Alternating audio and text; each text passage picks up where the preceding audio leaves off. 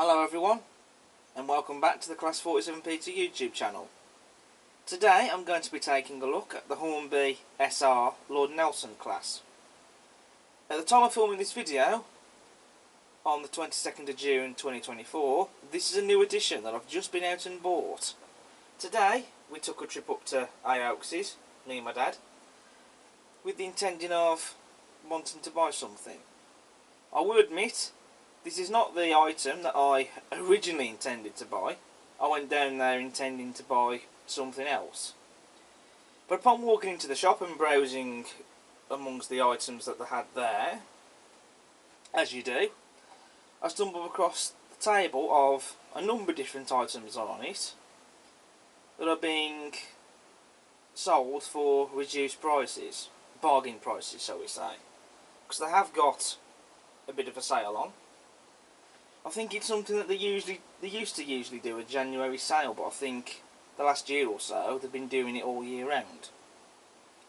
And on that little table, amongst the items that were on there, was a couple of the Hornby Lord Nelsons. There was one in BR lime green livery, I can't remember which one it was, but then there was also this one, number 851, Sir Francis Drake, in the Maunsell olive green livery. Now, like I say, this is not something that I had originally intended to buy, but when I saw it on the table and saw the price that this was going for, when this model was first released, it was priced at 169 quid. However, I didn't pay that for it, because this model was up for sale for 40% off the price of the original RRP, and this model instead was up for sale for 101 quid. And I thought that to be a bit of a bargain for a model like this. I mean, coming across one of the Hornby Lord Nelsons for that money, you might not see that price again for one of these. And I did really like it, and to be fair, I have wanted a Lord Nelson in Southern Railway livery for a while now, and I really like this one. And so this, plus the fact that there was the price as well, I mean 101 quid, I think that's a bargain for this. I just fell into temptation, I couldn't resist it, and so I bought it, and here it is. So here we have the Lord Nelson, Sir Francis Drake, down on the layout. So, first thing I do have to talk about, the quality on this model is tip-top. There's absolutely nothing wrong with this. All the detail parts are correctly fitted. There was no glue marks on the model anywhere. No parts that were missing or were broken and had to be glued back on again. Nothing out of place at all, or anything wrong with it whatsoever. Which is great, because regardless whatever money you spend these models on, let's face it, you do expect them to be in perfect condition. Also, most importantly, this model straight out of the box works in both directions, because if I bought this model and it didn't work, it would be quite disappointing to say the least. But no, she runs absolutely fine in both directions, and the mechanism on this is silk smooth. It really is a smooth runner. But for a model that's been in its box for goodness how long, this was a release from 2018. It is basically a brand new model, so it's been sat in its box for well over a year, so it is obviously going to need some good running. But she runs absolutely fine though in both directions. And for those of you that are curious, this model is fitted with a 5-pole skew wound motor. I'm not going to take the body off so that you can see the mechanism, because I'm sure you've seen these mechanisms before. But as long as the mechanism is reliable, then that's great. And so far, no issues with that at all. Now, I'm sure some of you are probably wondering, does this look like a Lord Nelson? How accurate is it? Well, I can say it definitely looks like a Lord Nelson, unless there's perhaps one really small detail that isn't quite accurate to the real thing. I've looked at it in the photographs and footage of the sole surviving example, and I can't see anything that's missing or anything that looks wrong. it looks exactly like a Lord Nelson. So moving on to the detail. So firstly we have sprung metal buffers as standard fitted to this model. I personally don't have much care for sprung buffers, but they're there fitted anyway. But if you like them, then at least you'll be happy to know it has sprung buffers. We also have a pre-fitted vacuum pipe already fitted on the model. That looks great. We also have a dummy coupling hook on the buffer beam, though I think I might just remove that and fit in a dummy screw link coupling in place of that, which is what I like to do on my models, which is something I have already done on some of them. We also have separately fitted lamp irons. Moving to the face of the locomotive, which I would say has been replicated superbly. The smokebox door that you see on the model is 100% like the smokebox door that you see on the real locomotive. It's just correct. Not just in terms of its looks, but also the detail as well. For example, separately fitted lamp iron on the smokebox door, as well as these lamp irons on both sides of the smokebox door. Not to mention separately fitted metal handrail and also smokebox door hinges. They're not separately fitted, they are moulded, but they've been moulded really well. And also, as correct to the prototype, the lack of a smokebox door because they didn't have them. Instead, I believe there's some sort of brackets, if I remember rightly, that are holding the smokebox door in place, which they just undo to then open the smokebox door, which of course they would do, it would make sense. One thing that I like personally about this model is that the loco doesn't have any smoke deflectors. Now, when the Lord Nelsons were first built in real life, they didn't have the smoke deflectors, not to begin with. They were fitted later on. Now, to say the least, it does look different without the smoke deflectors. It does look unusual, but I like it without the smoke deflectors because, first of all, I have got some other Mornsall locomotives in my fleet that do have smoke deflectors. So it's nice to have one that doesn't have them, because it's something different. And another thing as well, the more I look at this loco, the more I think that it somehow seems to look bigger, or longer shall we say, without the smoke deflectors on it. And I really like the look of it without the deflectors. I'm sure if someone out there has this loco and they want it with the deflectors, they could possibly find some smoke deflectors, perhaps, as spares from somewhere. But I won't be doing that because I like it without the deflectors. As you can see, we have the outer steam pipes here on the smoke box. We also have separately fitted metal handrails fitted on both sides of the loco, of course. And also on this side of the loco you can see we have steam piping just above the handrail. You've also got some more steam piping here, which this is painted and again separately fitted. You can also see some pipework detail here and just under here. That is moulded, that's not separately fitted, but you do have to look really close to tell that it is moulded. I certainly don't think for moulded detail it's done badly. I actually think it's done quite well. You've also got the reversing lever here. Again, that's a separately fitted bit of detail and it has been painted. It looks quite nice. Then you have the nameplates. Now you don't get any etched nameplates applied with this model, which would have been nice, but I'm sure you can find some etched nameplates from somewhere, such as for example Fox transfers. So I think I might at some point in the future, look out for some etched ones. But you know, the printed nameplates, they're not bad. and I think the printed detail on them has been done really well. It hasn't been done poorly, it hasn't been done to a poor quality. It's actually been done really well, and you can read the nameplates. We've got some more steam piping here, separately fitted and painted.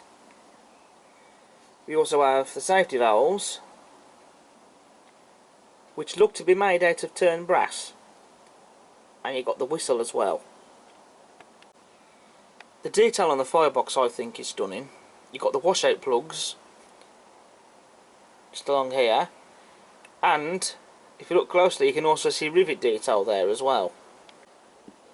The windows in the cab are fitted with glazing, and you've also got some rivet detail on the cab sides and the separately fitted handrails. More painted steam piping underneath the running plate, and that's all separately fitted. You've also got the footsteps for the crew to climb up to get into the cab, and they also have some very nice rivet detail on those as well. The detail on the back head inside the cab interior is all present and correct, and that's all been picked out and painted. I mean, just look at the detail, especially look at the dials,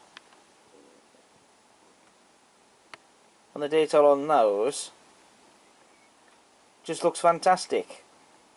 We've actually got detail on them, and it just adds to the detail and the realism of the model. Makes it more look like the real thing when it's all been picked and painted. On the running plate we have rivet detail. We've also got that bit of detail there.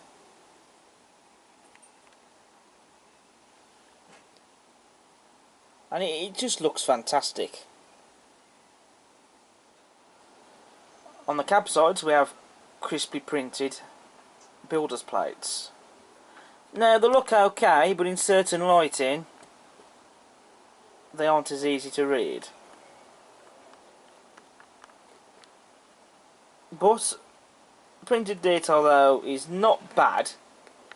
It's just that in certain lighting it's not so easy to read.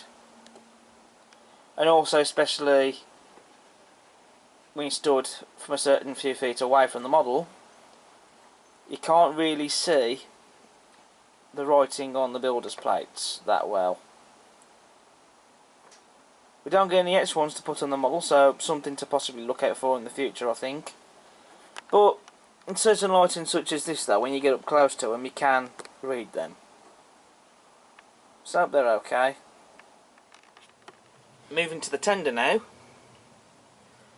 On the tender body sides we do get separately fitted handrails, and in places we also have some rivet detail as well on the tender body sides, which looks very nice. Of course you have the footsteps for the crew, and then you have the detail on the bogies of the tender. We have lots of rivet detail as well as the axle boxes and springs.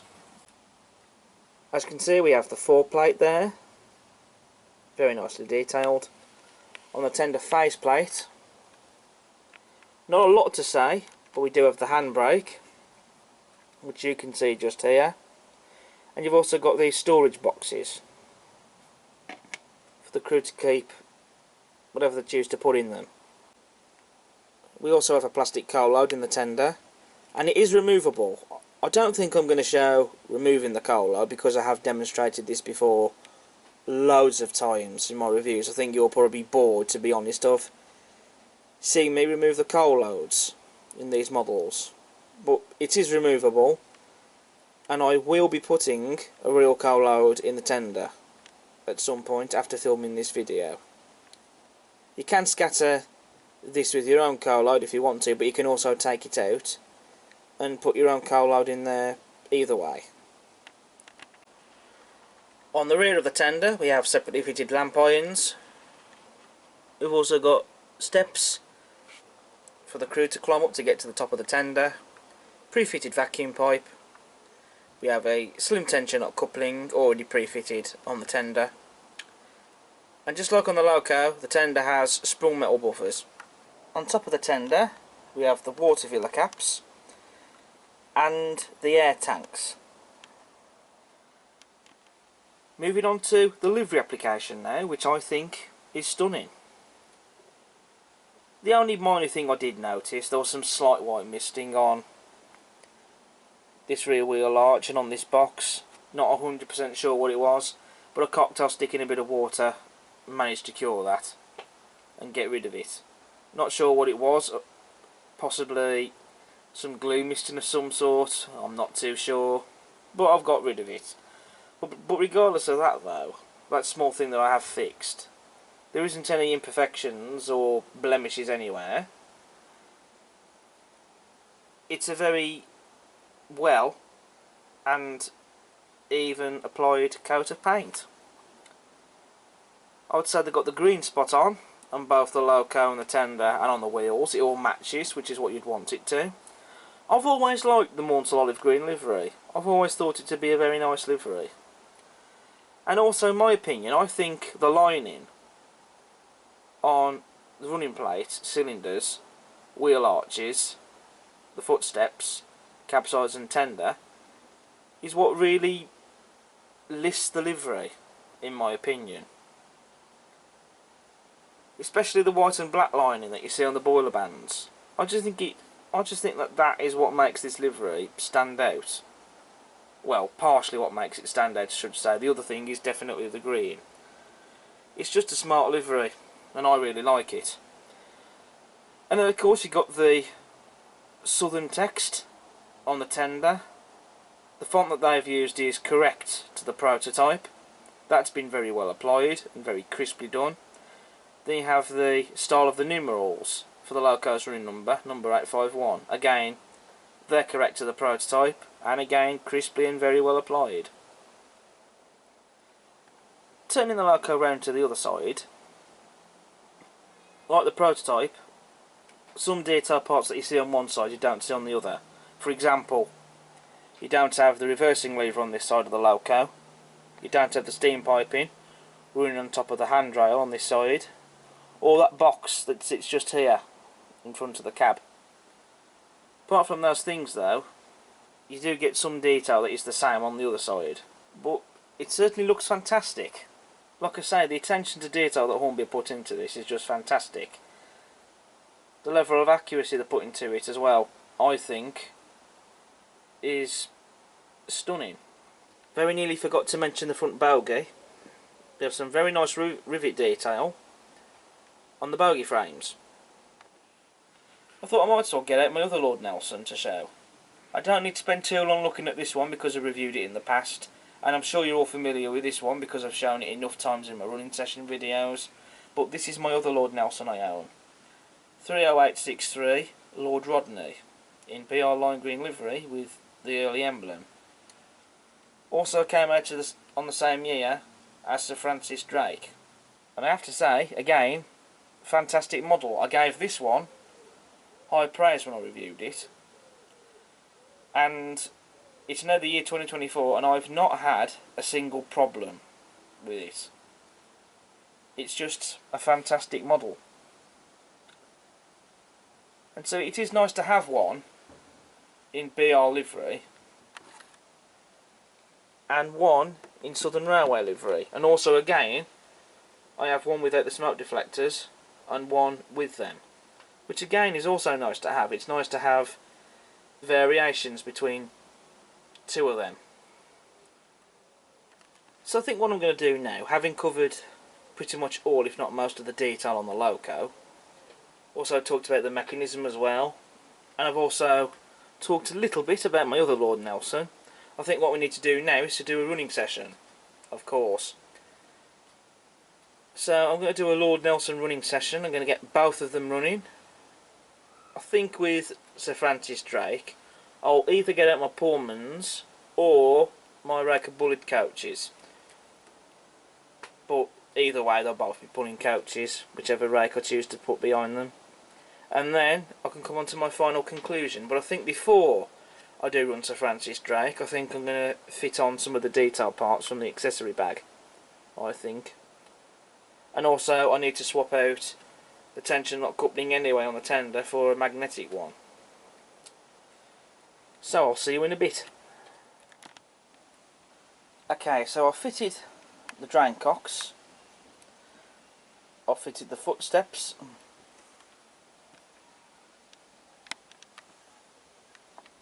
I've just used U-Hoo to glue those on. The loco also has a magnetic coupling. I've also fitted one of the vacuum pipes from the accessory bag, and what I've also done is I've fitted a dummy screw link coupling. You don't get any supplied with the model, so I just rummaged through my spares box and fetched one out, and then I've just pulled out the dummy coupling hook using a pair of pliers. It easily comes out, and I've just glued in the dummy screw link coupling. This does look a little bit better, I think. Right, so now we can get on to the running session.